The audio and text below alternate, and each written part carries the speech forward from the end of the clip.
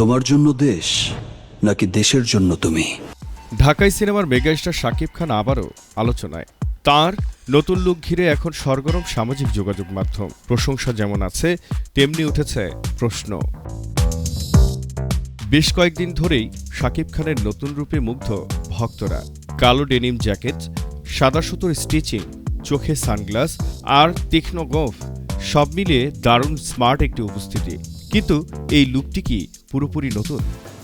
Upcoming একটা মুভির getup তো অলরেডি সাথে নিয়েই চলছে। আমাকে রিমুভ করে শুটিং শেষে মাঝে মধ্যে বলে মোস্ট অফ করে দাও, but it's like so cheap. আসলে এটা তো আপনার রিয়েল। চলচ্চিত্রপ্রেমীরা বলছেন এই সাজটা নাকি অনেকটাই মিলে গেছে ভারতের দক্ষিণ জনপ্রিয় অভিনেতা পৃথিবীরাজ সুকুমারনের এক আগের লুকের সঙ্গে। তুলনা করলে দেখা যায় দুজনের পোশাকের কাট, ডিজাইন, এমনকি সানগ্লাস ও গোফ পর্যন্ত প্রায় একই রকম। পৃথিবীরাজকে এই রূপে দেখা গিয়েছিল চলতি বছরের মার্চে তার মালায়ালাম সিনেমা এল2 এমপুরানের প্রচারণায়।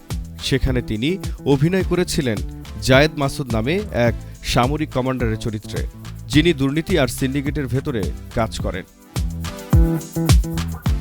আর কাকতালীয়ভাবে শাকিব খানের আসন্ন সিনেমা সোলজারের গল্পেও রয়েছে দুর্নীতি আর সিন্ডিকেটের বিরুদ্ধে এক সৈনিকের লড়াই।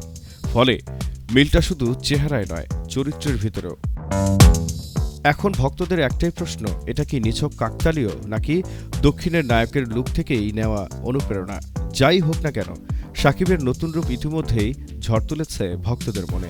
আমি আমার দেখা যায় যে মাঝে মাঝে এটা আমার সোলজার। প্রিয় দর্শক, আপনি কি মনে করেন শাকিব খানের এই নতুন লুক নকল না অনুপ্রেরণার ছোঁয়া? বিষয়টি কমেন্টে জানাতে ভুলবেন না। এমন আরও তারকা খবর পেতে সাবস্ক্রাইব করুন আমাদের চ্যানেলটি আর বেল আইকনটি প্রেস করে আমাদের সঙ্গে রাখুন।